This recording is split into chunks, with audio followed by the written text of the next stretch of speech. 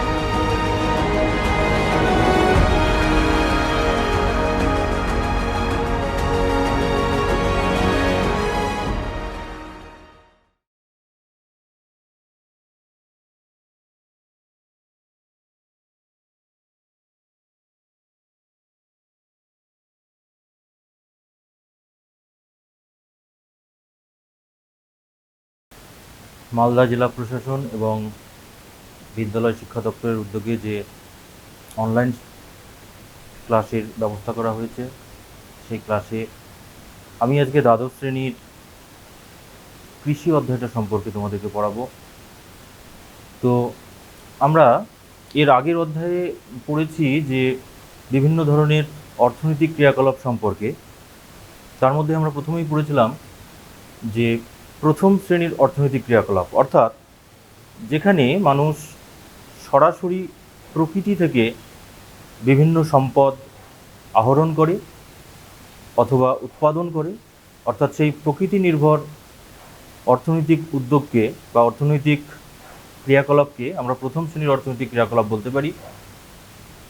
এক্ষেত্রে আমরা পড়েছিলাম যে কৃষি, পশুপালন, সেই সঙ্গে খনিজ সম্পদ উত্তোলন, বনজ সম্পদ সংগ্রহ, মৎস্য সম্পদ সংগ্রহ, এই সমস্ত যাবতীয় কর্মকাণ্ডগুলো প্রথম শ্রেণীর অর্থনৈতিক ক্রিয়াকলাপের মধ্যে পড়ে। তো আমরা আজকে কৃষিকাজ সম্পর্কে আলোচনা করব। দ্বাদশ শ্রেণীতে অর্থনৈতিক ভূগোলের প্রথম অংশেই তোমাদের রয়েছে কৃষিকাজ সম্পর্কে, অর্থাৎ আমরা এখানে আজকে যতটুকু আলোচনা করতে পারবো, আশা করছি আমরা কৃষিকাজ কাকে বলে, কৃষিকাজের বিভিন্ন বৈশিষ্ট্য, কৃষিকাজের গুরুত্ব, সেই সঙ্গে বিভিন্ন ধরনের কৃষি পদ্ধতি সম্পর্কে আমরা আলোচনা করব। তাদের কোথায় কোথায় সেই সমস্ত কৃষি পদ্ধতিগুলো দেখা যায়, তাদের বৈশিষ্ট্য কী, এই সমস্ত বিষয়গুলো নিয়ে আলোচনা করব। আর আমরা বেশ কিছু কৃষি সম্পর্কিত বেশ কিছু বিষয়, যেমন শস্য সমন্বয়, শস্য প্রগাঢ়তা, শস্যাবর্তন, এই সমস্ত বিষয়গুলো সম্পর্কে আলোচনা করব এবং সেই সঙ্গে আলোচনা করব আধুনিক কৃষি পদ্ধতির যে সমস্ত উপকরণ রয়েছে সেগুলো সম্পর্কে। এবং পরিশেষে আমরা আলোচনা করব যে আমাদের ভারতবর্ষে জীবিকা সত্তা ভিত্তিক কৃষি থেকে কিভাবে ব্যাপক বাণিজ্যিক কৃষিতে উত্তরণ ঘটছে সেই সম্পর্কে আমরা আলোচনা করব আজকে। তো প্রথমেই আমি বলবো যে কৃষিকাজ কাকে বলে। কৃষিকাজ, যে কৃষি যে শব্দটা, এটা সংস্কৃত কৃষ ধাতু থেকে এসেছে, অর্থাৎ এর অর্থ হচ্ছে কর্ষণ করা বা চাষ করা। কিন্তু ব্যাপক অর্থে আমরা কৃষিকাজ বলতে কিন্তু শুধুমাত্র ফসল চাষাবাদকেই বুঝি না। আমরা এই সঙ্গে পশুপালন এবং কৃষি সংক্রান্ত বিভিন্ন বিষয়, যেমন জলসেচ, বিভিন্ন ধরনের জলজ উদ্ভিদ প্রতিপালন, এই সমস্ত বিষয়গুলো কিন্তু কৃষিকাজের অন্তর্গত। যেমন অধ্যাপক জিমারম্যান বলেছেন কৃষির সংজ্ঞাতে যে উদ্ভিদ এবং প্রাণী জগতের স্বাভাবিক বৃদ্ধি এবং উৎপাদনকে কাজে লাগিয়ে মানুষ যখন সেই উদ্ভিদ এবং প্রাণীর বিভিন্ন অংশকে সম্পদ হিসেবে ব্যবহার করে এবং তার উন্নতি ঘটায়, তখন সেটাকে আমরা সেই কাজকে আমরা কৃষিকাজ বলতে পারি। তো গোটা পৃথিবীতে বিভিন্ন ধরনের কৃষি পদ্ধতি প্রচলিত রয়েছে। আমরা বিভিন্ন ভিত্তিতে কৃষিকাজের শ্রেণীবিভাগ সম্পর্কে দেখে নেব এবং তাদের বৈশিষ্ট্য এবং সেই কৃষি পদ্ধতিগুলো পৃথিবীর কোন কোন অঞ্চলে দেখা যায় সেগুলো নিয়ে আলোচনা করব। তো প্রথমেই আমরা একটু আলোচনা করব যে কৃষির শ্রেণীবিভাগ সম্পর্কে। প্রথমে 1 নম্বরে আমরা বলতে পারি যে আর্দ্রতার ভিত্তিতে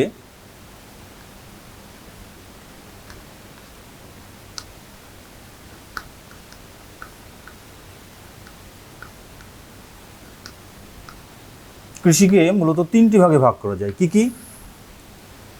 একটা হচ্ছে আর্দ্র কৃষি,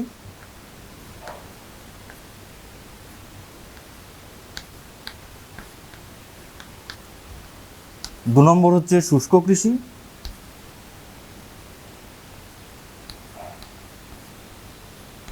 এবং 3 নম্বর হচ্ছে সেচন কৃষি।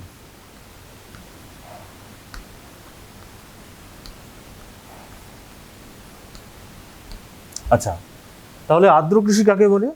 আর্দ্র কৃষি হচ্ছে যে সমস্ত অঞ্চলে সারা বছর প্রচুর বৃষ্টিপাত হয়, অর্থাৎ পর্যাপ্ত পরিমাণে বৃষ্টিপাত হয়, অর্থাৎ বৃষ্টিপাতকে কাজে লাগিয়ে যে কৃষিকাজ করা হয় সেগুলোকে আমরা বলতে পারি আর্দ্র কৃষি। যেমন উদাহরণ হিসেবে বলা যেতে পারে আমাদের ভারতবর্ষে যে বর্ষাকালে যে রবি ফসল চাষ করা হয়, সেই রবি ফসল কিন্তু খারিফ ফসল চাষ করা হয়, রবি ফসল নয়, যে খারিফ ফসল চাষ করা হয় সেটা কিন্তু সম্পূর্ণরূপে বৃষ্টিপাতের উপর নির্ভর করে। যেমন ধরো আমাদের ভারতে আমন ধান চাষ করা হয় বর্ষাকালে, সেটা সম্পূর্ণরূপে বর্ষার জলকে কাজে লাগিয়ে।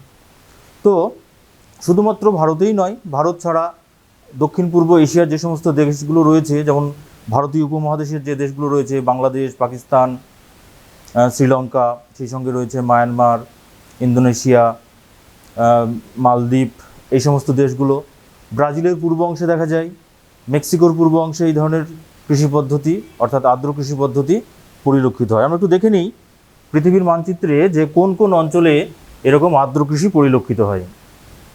এখানে আমরা দেখতে পাচ্ছি যে ভারত সহ ভারতীয় উপমহাদেশের এই অঞ্চলগুলোতে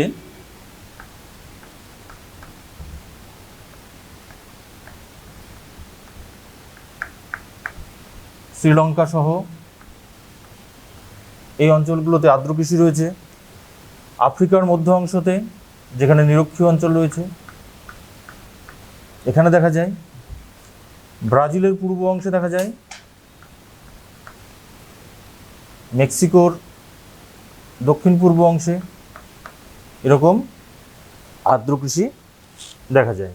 তাহলে আমরা এটাকে বলতে পারি আর্দ্র কৃষি কাজযুক্ত অঞ্চল।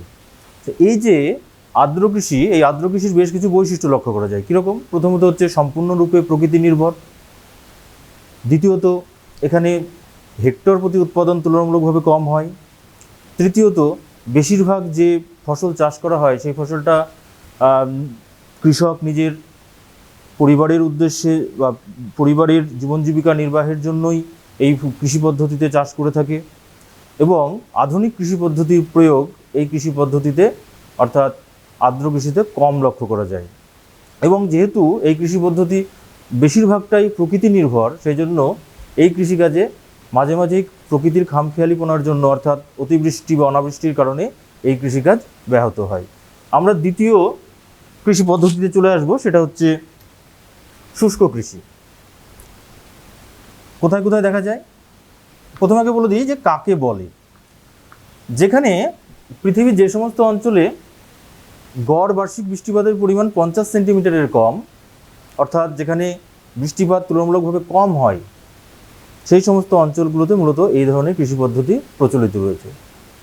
কী ধরনের কৃষিকাজ করা হয় এখানে? মূলত যে সমস্ত ফসল চাষে কম পরিমাণ জল প্রয়োজন হয় সেই সমস্ত ফসলগুলো এখানে চাষ করা হয়। মূলত চাষ করা হয় মিলেট জাতীয় বিভিন্ন শস্য, যেমন জোয়ার, বাজরা, রাগি, হারাকা, রাজগিরা, কোডন, কুটকি, এই সমস্ত ফসলগুলো। সেই সঙ্গে রয়েছে ভুট্টা, বিভিন্ন ধরনের বিভিন্ন ধরনের পশুখাদ্য ইত্যাদি চাষ করা হয়। আমরা একটু দেখে নিই যে কোথায় কোথায় এইরকম শুষ্ক কৃষি পদ্ধতি চালু রয়েছে। যেমন আমরা বলতে পারি আফ্রিকার উত্তর পূর্ব অংশতে,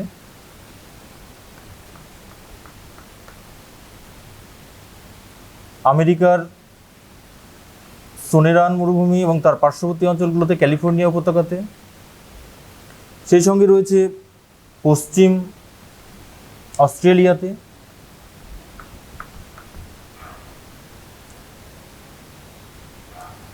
এছাড়া চিলির মধ্যভাগে অর্থাৎ আটাকামা মরুভূমি তার নিকটবর্তী অঞ্চলগুলোতে, এবং ভারতের রাজস্থান এবং পাকিস্তানের যে সমস্ত মরুভূমি অঞ্চলগুলো রয়েছে সেই অঞ্চলগুলোতে। সেই সঙ্গে আরব উপদ্বীপীয় অঞ্চলে কিছু কিছু জায়গাতে, মধ্যপ্রাচ্যের যে সমস্ত দেশগুলো রয়েছে, পশ্চিম এশিয়ার যে সমস্ত দেশগুলো রয়েছে, এই সমস্ত দেশগুলোতে শুষ্ক কৃষি পদ্ধতি প্রচলিত রয়েছে। এবার আমরা দেখব সেচন কৃষিটা কি। সেচন কৃষি হচ্ছে যেখানে মূলত শুধুমাত্র সেচ কার্যের সাহায্যে, অর্থাৎ বৃষ্টিপাত যেখানে পর্যাপ্ত পরিমাণে হয় না এবং শুধুমাত্র জলসেচের উপর নির্ভর করে বিভিন্ন ফসল চাষ করা হয়, সেই ধরনের কৃষিকে আমরা সেচন কৃষি বলতে পারি।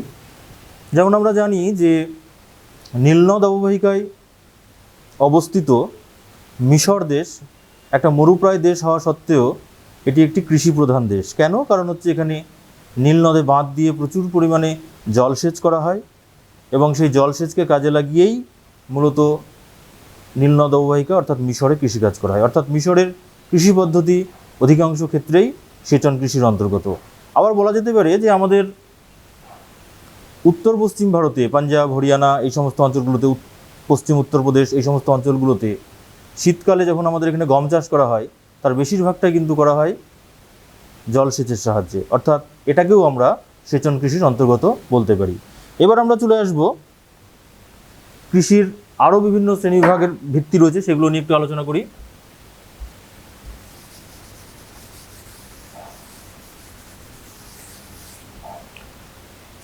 দ্বিতীয়ত রয়েছে জমির ব্যবহার অনুযায়ী।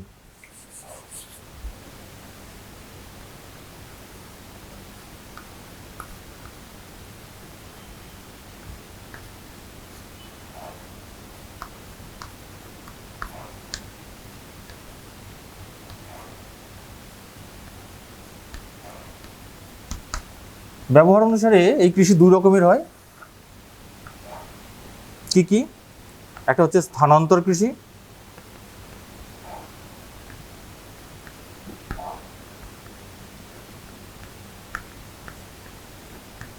আরেকটি হচ্ছে স্থায়ী কৃষি।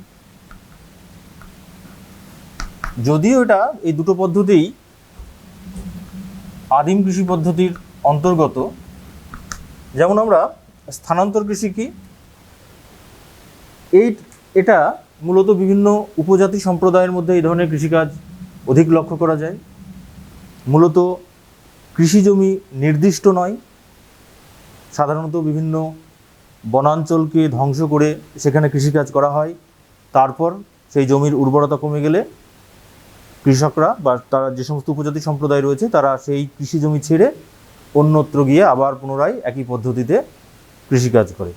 এই কৃষি পদ্ধতি আমাদের ভারত এবং বাংলাদেশে এটাকে বলা হয় ঝুম চাষ, এবং শ্রীলঙ্কাতে রয়েছে এটাকে চেনা বলা হয়, মালয়েশিয়াতে লাডাং বলা হয়, মায়ানমারে এটাকে মিল্পা বলা হয়। এরকম বিভিন্ন দেশে বিভিন্ন নামে পরিচিত এই সমস্ত স্থানান্তর কৃষি পদ্ধতি। তবে এই ধরনের কৃষি পদ্ধতি পরিবেশের পক্ষে বেশ ক্ষতিকারক। বনভূমি যেহেতু ধ্বংস করা হয় সেক্ষেত্রে বনভূমি ধ্বংস হয় এবং মৃত্তিকা ক্ষয় ত্বরান্বিত হয়। আমরা চলে আসবো স্থায়ী কৃষিতে। স্থায়ী কৃষি বলতে এটাও একটা প্রাচীন কৃষি পদ্ধতি। কোনো কোনো অঞ্চলগুলোতে, যেমন আফ্রিকার বিভিন্ন অঞ্চলগুলোতে স্থায়ীভাবে বিভিন্ন উপজাতি সম্প্রদায় এই ধরনের কৃষিকাজ করে থাকে। এবার আমরা চলে আসব জমির পরিমাণ ও জনসংখ্যার তারতম্য অনুসারে কৃষির শ্রেণীবিভাগে।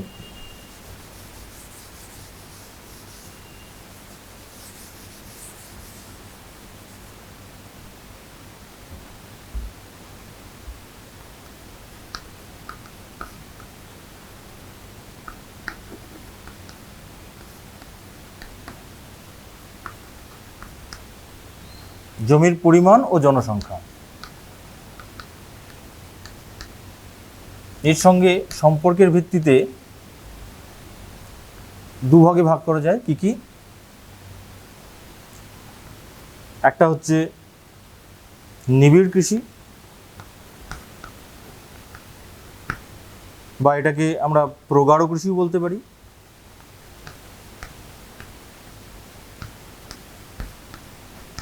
আর একটা কি, আর এটা হচ্ছে ব্যাপক কৃষি।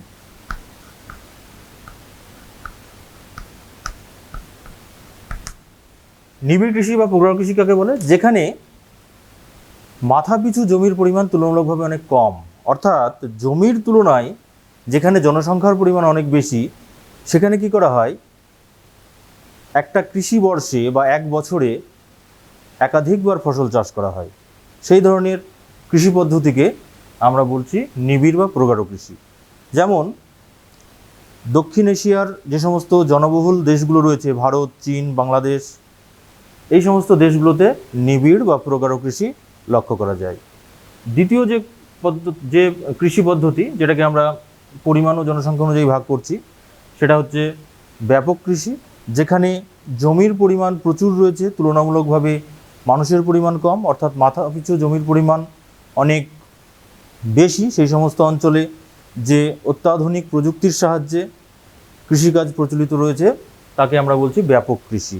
অর্থাৎ এই ব্যাপক কৃষিতে অধিকাংশ ক্ষেত্রে দেখা যায় যে বিশাল আয়তন জমিতে প্রচুর পরিমাণ আধুনিক কৃষি যন্ত্রপাতি ব্যবহার করে, আধুনিক কৃষি পদ্ধতি প্রয়োগ করে এই বাণিজ্যিক উদ্দেশ্যে এই ব্যাপক কৃষিকাজ করা হয়। যেমন আমরা বলতে পারি যে উত্তর আমেরিকার পেইরি অঞ্চল বা হ্রদ অঞ্চলে যে গম চাষ করা হয় সেটা ব্যাপক কৃষির অন্তর্গত।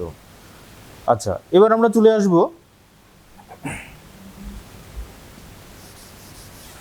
শ্রেণীবিভাগের ক্ষেত্রে আরেকটা অংশে,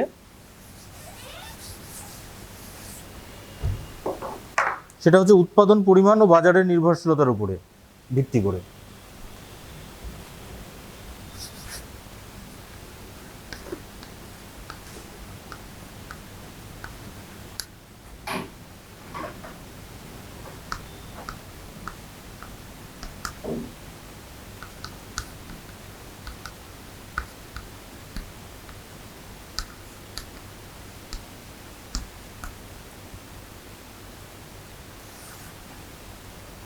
কৃষি উৎপাদন ও বাজার নির্ভরশীলতা অনুযায়ী কৃষিকাজকে বিভিন্ন ভাগে ভাগ করা যায়।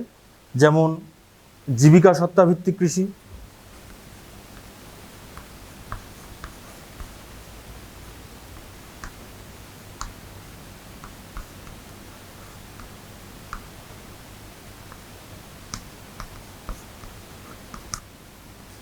বাণিজ্যিক কৃষি,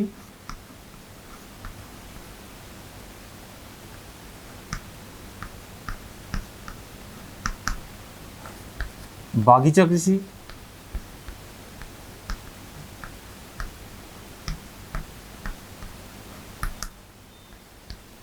উদ্যান পালন কৃষি,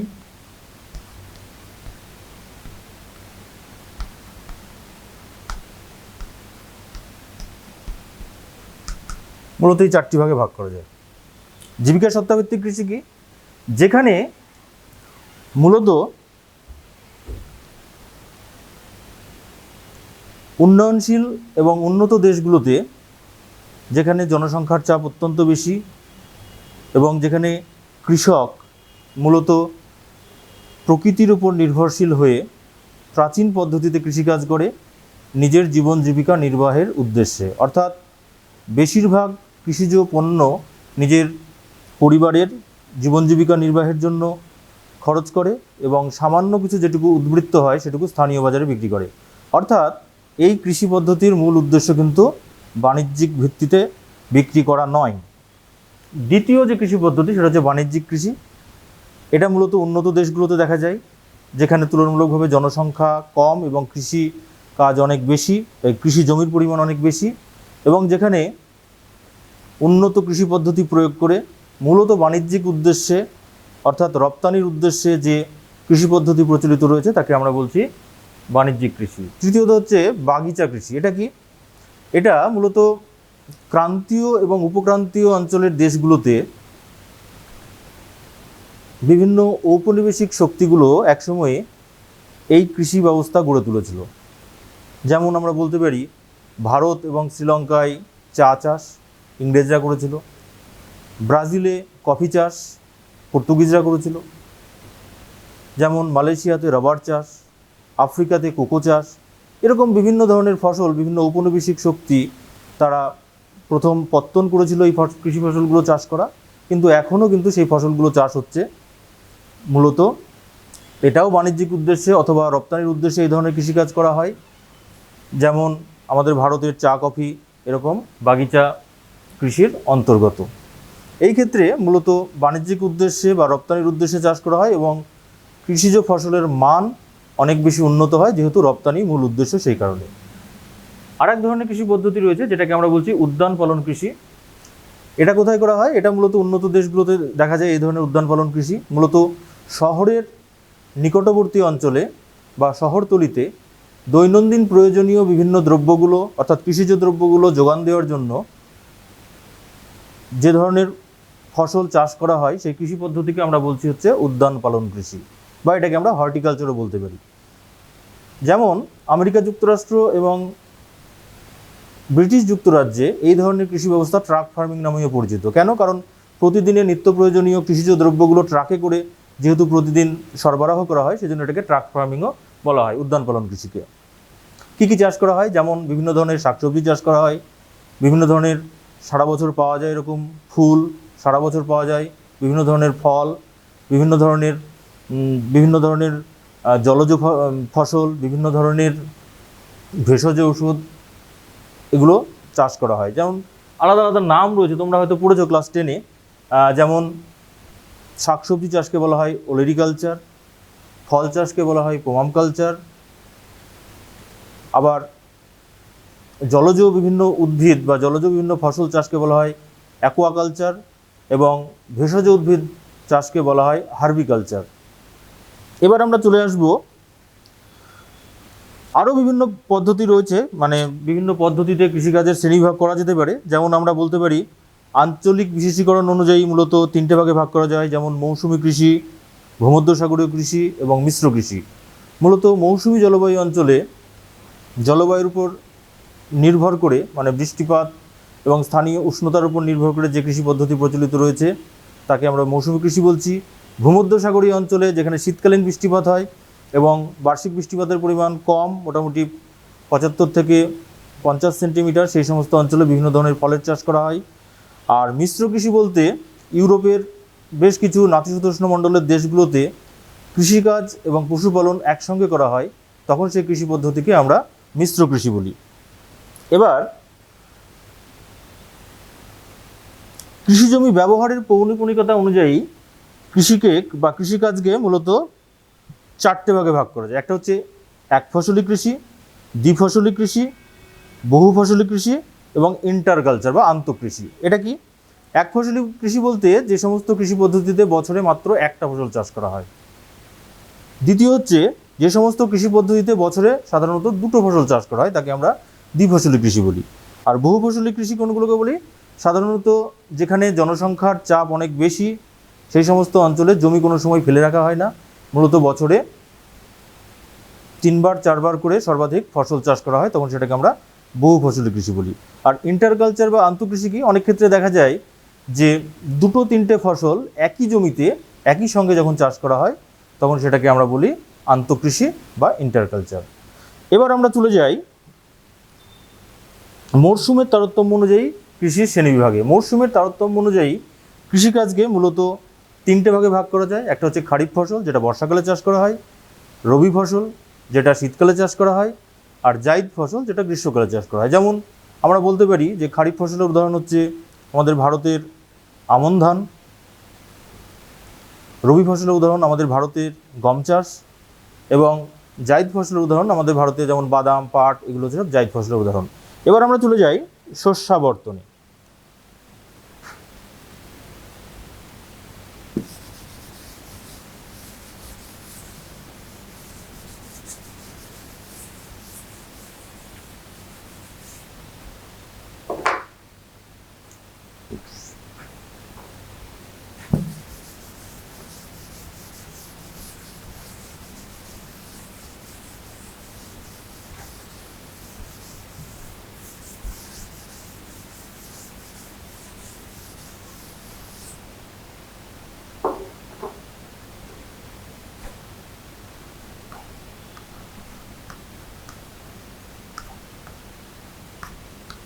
শস্যাবর্তন কি? শস্যাবর্তন হচ্ছে একটা কৃষি জমিতে বিভিন্ন বছরে যে বিভিন্ন ধরনের ফসলগুলো চাষ করা হয়, অর্থাৎ একই রকম ফসল সারা বছর ধরে চাষ না করে যদি বিভিন্ন ধরনের ফসল বিজ্ঞানসম্মতভাবে পর্যায়ক্রমে যদি চাষ করা হয়, তখন জমির উর্বরা শক্তি বজায় থাকে এবং প্রাকৃতিক ভারসাম্য বজায় থাকে। তখন সেই কৃষি পদ্ধতিকে আমরা বলবো শস্যাবর্তন। এই শস্যাবর্তন পদ্ধতি প্রথম চালু হয়েছিল প্রাচীন রোমে, অর্থাৎ আমরা প্রাচীন রোমের ইতিহাস পড়লে তখন কৃষি পদ্ধতি যদি আমরা পড়ি, তখন সেখানে আমরা এই শস্যাবর্তন পদ্ধতির প্রয়োগ পেয়েছিলাম। আমাদের ভারতবর্ষে আধুনিক কৃষিতে শস্যাবর্তন পদ্ধতি প্রয়োগ শুরু হয় মূলত সবুজ বিপ্লব যখন চালু হয়, অর্থাৎ 60-এর দশক থেকে। এই শস্যাবর্তন পদ্ধতি বিভিন্নভাবে হয়। একটা হচ্ছে এক ফসলি শস্যাবর্তন,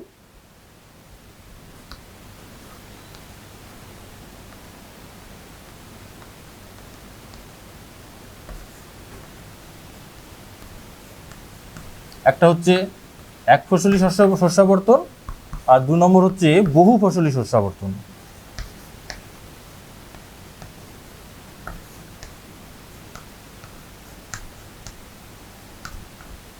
এটা কি?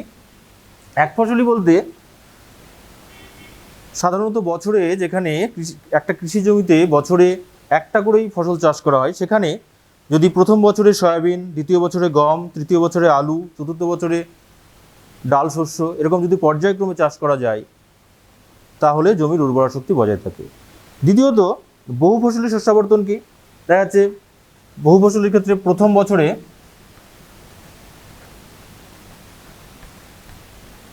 একটা বছরে বিভিন্ন ধরনের খাদ্যশস্য চাষ করা হলো, যেমন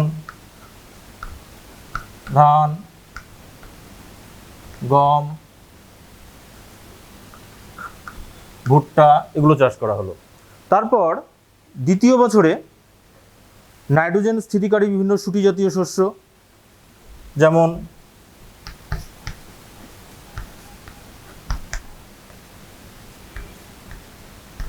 দ্বিতীয় বছরে বিভিন্ন ধরনের শুটি জাতীয় শস্য, যেমন মটর, কলাই,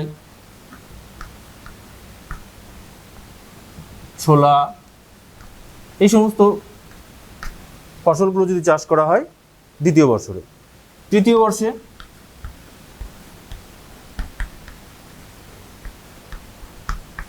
বছরে চাষ করা হয় বিভিন্ন ধরনের তৈলবীজ,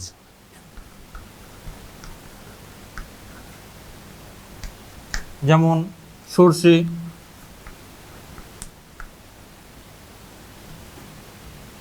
সূর্যমুখী,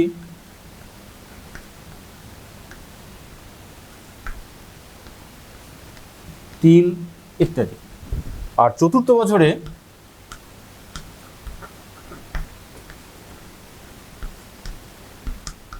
চাষ করা হয় বিভিন্ন ধরনের প্রচুর উর্বরা শক্তি প্রয়োজন হয় যে সমস্ত ফসল চাষের জন্য, সেই ফসলগুলো যদি চাষ করা হয়, যেমন বলা যেতে পারে যে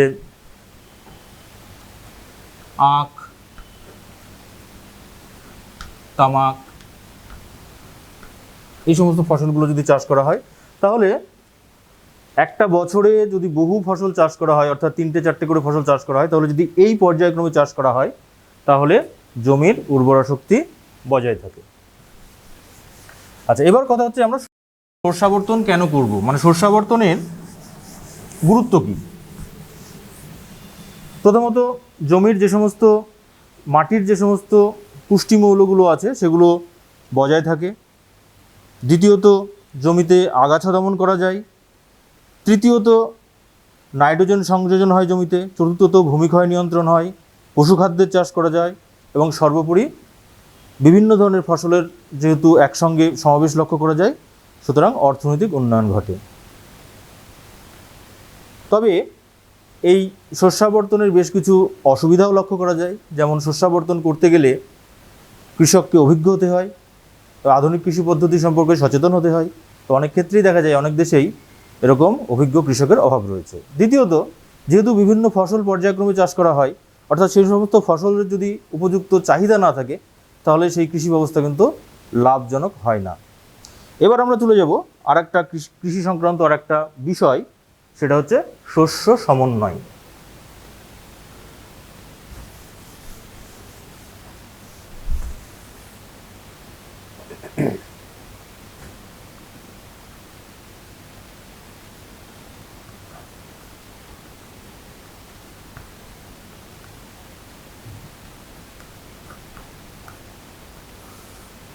কি শস্য সমন্বয়? শস্য সমন্বয় হচ্ছে কোনো অঞ্চলে মোট কর্ষিত জমির সাপেক্ষে বিভিন্ন শস্যের শতকরা অংশ অনুযায়ী যখন কোনো শস্যগুলি নির্দিষ্ট পদ্ধতিতে এক বা একাধিক দলে বা গ্রুপে সন্নিবেশ করা হয়, অর্থাৎ বলা যেতে পারে যে যথাযথভাবে অন্তর্ভুক্ত করা হয়, সেই পদ্ধতিটাকেই আমরা বলছি শস্য সমন্বয়। শস্য সমন্বয় কেন করব আমরা? শস্য সমন্বয়ের বেশ কিছু গুরুত্ব রয়েছে। যেমন আমরা বলতে পারি কোনো একটা অঞ্চলকে বিভিন্ন কৃষি বলয়ে বা কৃষি অঞ্চলে ভাগ করা যায়। সেই দেশের সরকার বা সেই অঞ্চলের প্রশাসন কৃষি পরিকল্পনা গ্রহণ করতে পারে। সেই অঞ্চলে কী ধরনের কৃষিকাজ করা হচ্ছে তার সেই কৃষিজ ফসল সম্পর্কে গুরুত্ব উপলব্ধি করা যায়। সেই অঞ্চলের জলবায়ু সম্পর্কে ধারণা করা যায়। কোন শস্যের বৈশ্বিক আধিপত্য রয়েছে সেগুলো সম্পর্কে ধারণা করা যায়। মানুষের খাদ্যাভ্যাস কীরকম সেটা সম্পর্কে ধারণা করা যায়। এবং সর্বোপরি সেই অঞ্চলের ভূমি ব্যবহারের ধরন সম্পর্কে একটা ধারণা পাওয়া যায়। তো শস্য সমন্বয় অঞ্চল নির্ণয় পদ্ধতি মূলত দু রকমের হয়।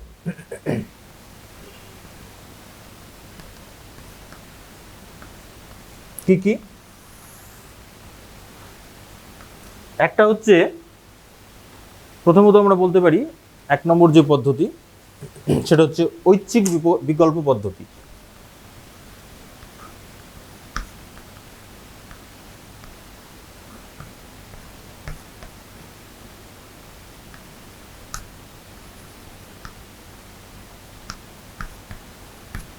আর দ্বিতীয়ত হচ্ছে গাণিতিক পদ্ধতি।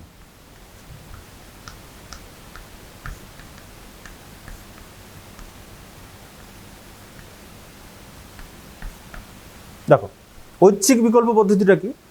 কোনো একটা বিশেষ অঞ্চলে কোনো ফসলের কেমন আধিপত্য রয়েছে, অর্থাৎ সেক্ষেত্রে একটা বা দুটো ফসল অনুযায়ী আমরা শস্য সমন্বয় করতে পারি। যেমন আমি বলতে পারি একটা উদাহরণ হিসেবে, যে আমাদের যদি গোটা ভারতের এরকম ঐচ্ছিক বা বিকল্প শস্য সমন্বয় আমরা সম্পর্কিত আঞ্চলিকীকরণ করি, তাহলে দেখা যাবে যে আমাদের পশ্চিমবঙ্গের ক্ষেত্রে ধান উৎপাদক অঞ্চলগুলো কোথায়? পশ্চিমবঙ্গ, ওড়িশা, উত্তরপ্রদেশ।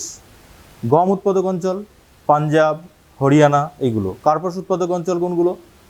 মূলত মহারাষ্ট্র, কর্ণাটক, মধ্যপ্রদেশ, এই অঞ্চলগুলো। তাহলে সেক্ষেত্রে আমরা একটি ফসল বা কোনো কোনো ক্ষেত্রে দুটো ফসল হতে পারে, যেমন পশ্চিমবঙ্গের ক্ষেত্রে ধান এবং পাট বলয়, উত্তরপ্রদেশের ক্ষেত্রে ধান এবং গম বলয়, মহারাষ্ট্রের ক্ষেত্রে কার্পাস এবং ইক্ষু বলয়। এরকম দুটো কৃষিজ ফসল নিয়ে আমরা আঞ্চলিকীকরণ করতে পারি। তবে এই পদ্ধতিটা কিন্তু অতটা বিজ্ঞানসম্মত নয় এবং বেশি প্রচলিতও নয়। তো সবচেয়ে প্রচলিত পদ্ধতি কোনটি শস্য সমন্বয়? সেটা হচ্ছে গাণিতিক পদ্ধতি। কি এই গাণিতিক পদ্ধতি? বিখ্যাত কৃষি বিজ্ঞানী জেসি উইভার, তিনি 1954 সালে আমেরিকা যুক্তরাষ্ট্রের পশ্চিম ও মধ্য অঞ্চলের কৃষি অঞ্চল সমীক্ষা করে তিনি একটি সূত্র দিয়েছিলেন। সেই সূত্র অনুযায়ী আমরা বলতে পারি যে প্রথমে তিনি কি করেছিলেন? প্রথমে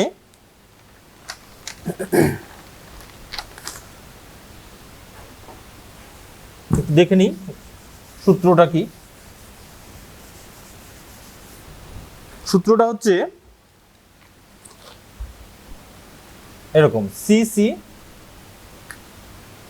সমান সমান ডি স্কোয়ার বাই এন।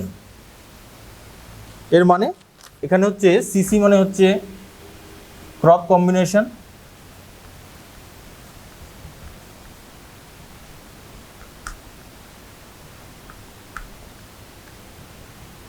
এখানে ডি2 বলতে ডি স্কোয়ার বলতে প্রকৃত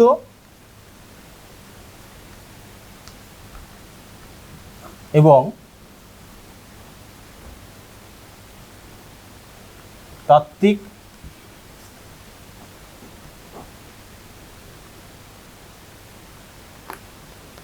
জমির পার্থক্য।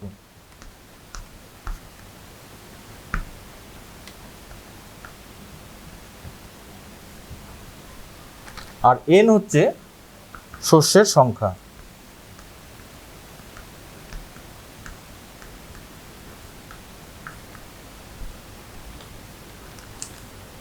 এক্ষেত্রে তিনি মিনিমাম মিন ডেভিয়েশন পদ্ধতিতে সর্বনিম্ন মান যেটা হবে সেই কৃষি পদ্ধতিকেই তিনি শস্য সমন্বয় হিসেবে ধরে নিয়েছেন। যেমন আমরা বলতে পারি, প্রথমে তিনি বলছেন যে কোনো অঞ্চলের তাত্ত্বিক মান এরকম হতে পারে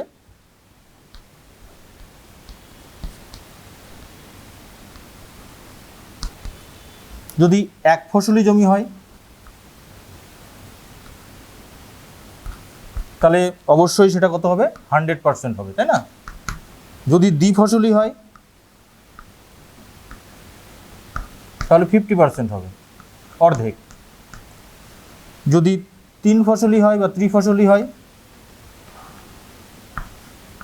তাহলে তাত্ত্বিক মান কত হবে, 33.3%। যদি 4 ফসলি হয় তাহলে 25%, এটা তাত্ত্বিক মান। আর যদি 5 ফসলি হয়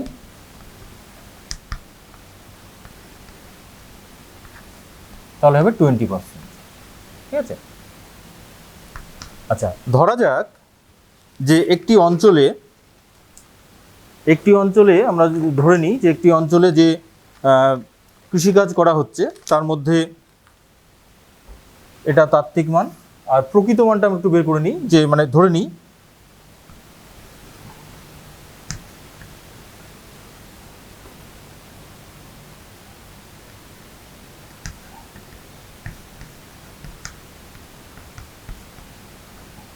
এক্ষেত্রে 48% ধরে নিলাম ধান চাষ হচ্ছে, 23% জমিতে গম চাষ হচ্ছে, এটা ধান হবে।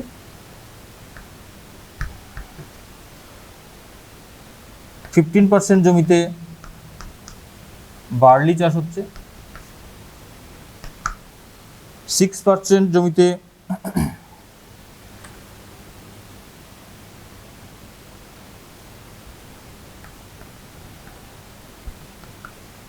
ডাল শস্য চাষ হচ্ছে এবং 5% জমিতে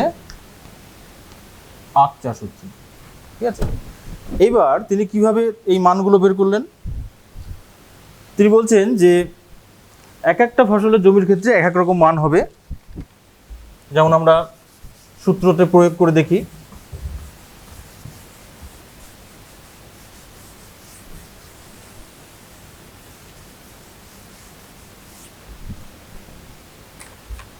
আচ্ছা, এক ফসলের ক্ষেত্রে কি হবে?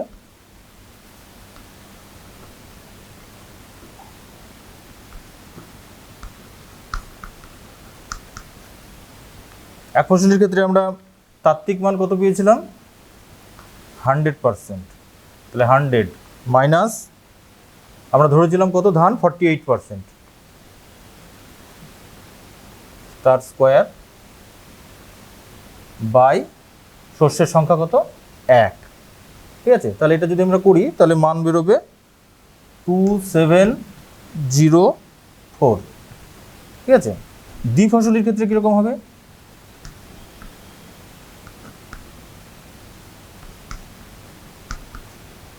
দ্বিফসলির ক্ষেত্রে দেখো এখানে তাত্ত্বিক মান এখানে 100 ছিল, তাহলে অর্ধেক হয়ে যাবে দ্বিফসলির ক্ষেত্রে, 50 মাইনাস 48 স্কোয়ার প্লাস যেহেতু দুটো ফসল 50 মাইনাস 23, যেহেতু গম ছিল 23% এর স্কোয়ার বাই হচ্ছে 2। তাহলে এখানে মানটা কত হবে? এটা যদি আমরা ক্যালকুলেশন করি তাহলে মান হবে 366.5, আচ্ছা, 3 ফসলির ক্ষেত্রে কীরকম হবে? ত্রিফসলি। দেখো 3 ফসলির ক্ষেত্রে তাত্ত্বিক মান কত? 33.3 মাইনাস 48, এটা ধানের, প্লাস গমের 33.3 মাইনাস 23 এর স্কোয়ার। যেহেতু 3টে ফসল, তাহলে আরেকটা ফসলও আসবে, এখানে বার্লি আসবে, তাহলে 33.3 মাইনাস বার্লি ছিল 15%, তার স্কোয়ার বাই 2, সরি এটা 3 হবে, 3টে ফসল। তাহলে এর মান কত হবে? এটা যদি আমরা ক্যালকুলেশন করি, এর মান হবে 248.5। ঠিক আছে। আচ্ছা, এবার আমরা 4 ফসলের ক্ষেত্রে দেখি।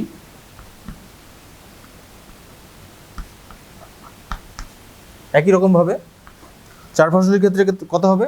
25, তাত্ত্বিক মান 25%, 100কে 4 দিয়ে ভাগ করলে 25, মাইনাস 48 এর স্কোয়ার, প্লাস 25 মাইনাস 23 এর স্কোয়ার, প্লাস 25 মাইনাস 15 তার স্কোয়ার। সেই সঙ্গে আরেকটা যোগ হবে এখানে, বার্লি। আচ্ছা, বার্লি তো হলো। তৃতীয়তে আমরা ধরেছিলাম হচ্ছে ডাল শস্য। কত পার্সেন্ট ধরেছিলাম? 6%। 25 মাইনাস 6 এর স্কোয়ার বাই 2। তাহলে এখানে মান কত হবে? এটা যদি ক্যালকুলেশন করি, মান বেরোবে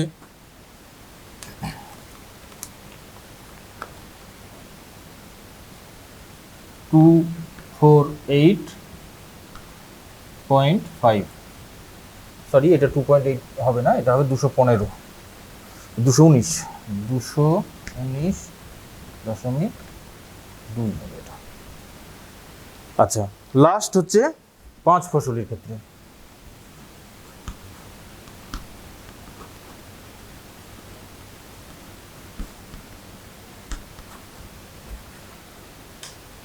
আচ্ছা, 5 ফসলের ক্ষেত্রে 20% তাত্ত্বিক মান, মাইনাস 48 স্কোয়ার, প্লাস 20 মাইনাস 23 এর স্কোয়ার, প্লাস 20 মাইনাস 15 এর স্কোয়ার, প্লাস 20 মাইনাস 6 এর স্কোয়ার, প্লাস হচ্ছে লাস্ট ধরেছিলাম আখ, সেটা 5%, 20 মাইনাস 5 এর স্কোয়ার। টোটালটা 2 দিয়ে ভাগ।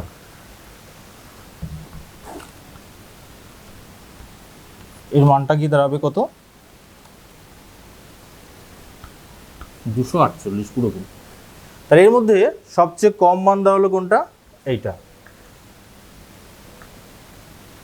219.2। অর্থাৎ তার মতে শস্য সমন্বয়ের মান কীরকম হবে? 3 ফসলি। অর্থাৎ 3 ফসলি বলতে এরকম হবে,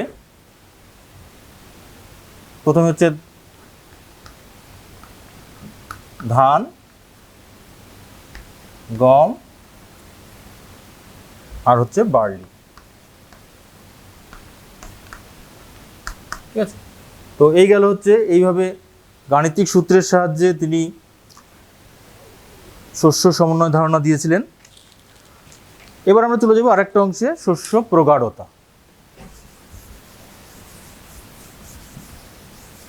শস্য প্রগাঢ়তা কি? শস্য প্রগাঢ়তা হচ্ছে একটি নির্দিষ্ট কৃষি বর্ষে যতবার শস্য উৎপাদন করা হয় তাকে আমরা শস্য প্রগাঢ়তা বলি। অর্থাৎ শস্য প্রগাঢ়তা মানে হচ্ছে একটা নির্দিষ্ট কৃষি বর্ষে সর্বমোট কর্ষিত জমির পরিমাণ বাই প্রকৃত চাষের জমির পরিমাণ ইন্টু 100, অর্থাৎ আনুপাতিক হারে এটা প্রকাশ করা হয়। তাহলে শস্য প্রগাঢ়তা সমান আমরা বলতে পারি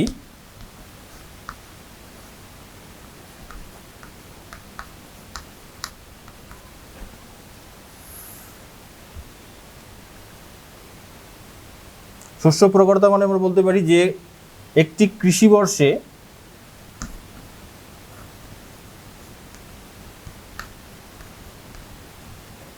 মোট কর্ষিত জমি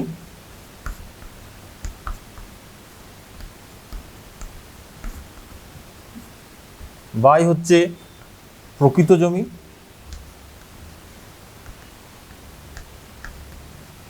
ইন্টু 100। অর্থাৎ ধরলাম যে একটা অঞ্চলে মোট 1000 হেক্টর জমি রয়েছে। এবার এই 1000 হেক্টর হচ্ছে প্রকৃত জমি। এবার বছরে দেখা যাচ্ছে 3টে করে ফসল চাষ করা হচ্ছে। এই 1000 হেক্টরের মধ্যে দেখা গেল 500 হেক্টরে ধান চাষ করা হচ্ছে, দেখা গেল 400 হেক্টরের মধ্যে গম চাষ করা হচ্ছে, আবার দেখা গেল আর 500 মধ্যে, সেখানে আমি আরেকটু বাড়িয়ে দিই, এটা ধরলাম 600।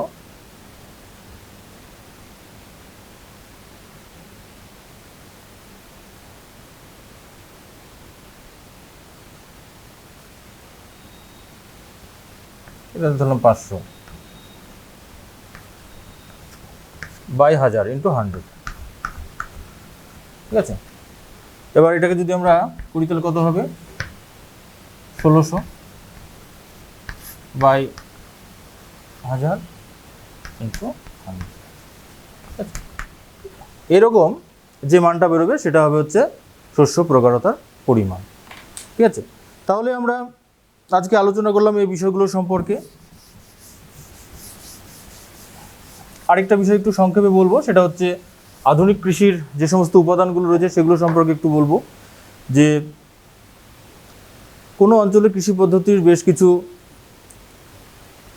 উপাদান রয়েছে যেগুলো মৌলিক উপাদান বলতে পারি, যেমন ভূপ্রকৃতি, জলবায়ু, সেই অঞ্চলের মৃত্তিকা, এগুলো হচ্ছে মৌলিক উপাদান। আর রয়েছে বেশ কিছু আধুনিক কৃষির উপকরণ, যেমন জলসেচ ব্যবস্থা, সার, কীটনাশক, সেই সঙ্গে বিভিন্ন ধরনের আধুনিক কৃষি যন্ত্রপাতি, সেই সঙ্গে রয়েছে পরিকাঠামোগত উন্নয়ন, যেমন পরিবহন ব্যবস্থার উন্নয়ন, সেই সঙ্গে রয়েছে গ্রামীণ অর্থনীতির উন্নয়ন, গ্রামীণ বৈদ্যুতিকরণ, এছাড়া রয়েছে কৃষি ঋণদান। এই সমস্ত বিষয়গুলো হচ্ছে আধুনিক কৃষির উপকরণ। আমাদের ভারতবর্ষে যদি আমরা লক্ষ্য করি তাহলে দেখব যে স্বাধীনতা লাভের পরে যখন প্রথম পঞ্চবার্ষিকী পরিকল্পনা গ্রহণ করা হয়েছিল, তারপর থেকে আজ অবধি আস্তে আস্তে আমাদের ভারতীয় কৃষি পদ্ধতি জীবিকা সত্ত্বভিত্তিক কৃষি থেকে ব্যাপক বাণিজ্যিক কৃষির দিকে উত্তরণ ঘটছে। এবং যত দিন যাচ্ছে বা যত কৃষি পদ্ধতির পরিবর্তন লক্ষ্য করা যাচ্ছে, ততই কিন্তু আমাদের ভারতীয় কৃষি জীবিকা সত্ত্বভিত্তিক কৃষি থেকে বাণিজ্যিক বা ব্যাপক কৃষির দিকে উত্তরণ ঘটছে। তো যাই হোক, আজকে আমরা যেটুকু আলোচনা করলাম কৃষিতে, সেক্ষেত্রে এখান থেকে যে সমস্ত প্রশ্নগুলো আসে, দু একটা প্রশ্ন সম্পর্কে আমি একটু বলে দিই। যেমন আমাদের সিলেবাসে যেগুলো উল্লেখ রয়েছে, কৃষির বৈশিষ্ট্য, কৃষির বিভিন্ন শ্রেণীবিভাগ, বিভিন্ন ভিত্তি অনুযায়ী। 2 নম্বরের জন্য প্রশ্ন যেমন বলতে পারি জীবিকা সত্ত্বাভিত্তিক কৃষি কাকে বলে, আর্দ্র কৃষি কাকে বলে, শুষ্ক কৃষি কাকে বলে, আর্দ্র কৃষি এবং শুষ্ক কৃষির মধ্যে পার্থক্য। এছাড়া 2 নম্বরের জন্য শস্য সমন্বয় বলতে কী বোঝো, শস্য প্রগাঢ়তা কাকে বলে, শস্যাবর্তন কাকে বলে। এছাড়া 3 নম্বরের প্রশ্ন হিসেবে আসতে পারে, এখান থেকে যে প্রশ্নগুলো আসে, যে শস্যাবর্তনের গুরুত্ব কী, শস্য সমন্বয় কেন করা হয়, বা শস্য প্রগাঢ়তার গুরুত্ব কী, প্রয়োজনীয়তা কী, আধুনিক কৃষি পদ্ধতির যে সমস্ত উপকরণগুলো রয়েছে সেগুলো নিয়ে আলোচনা করো, বা আমাদের ভারতীয় কৃষি পদ্ধতি কীভাবে জীবিকা সত্ত্বাভিত্তিক কৃষি থেকে ধীরে ধীরে বাণিজ্যিক কৃষিতে উত্তরণ ঘটছে, এই সম্পর্কিত আলোচনা 3 নম্বরের জন্য আসতে পারে। আচ্ছা, আজকে আমি এখানেই শেষ করছি। নমস্কার।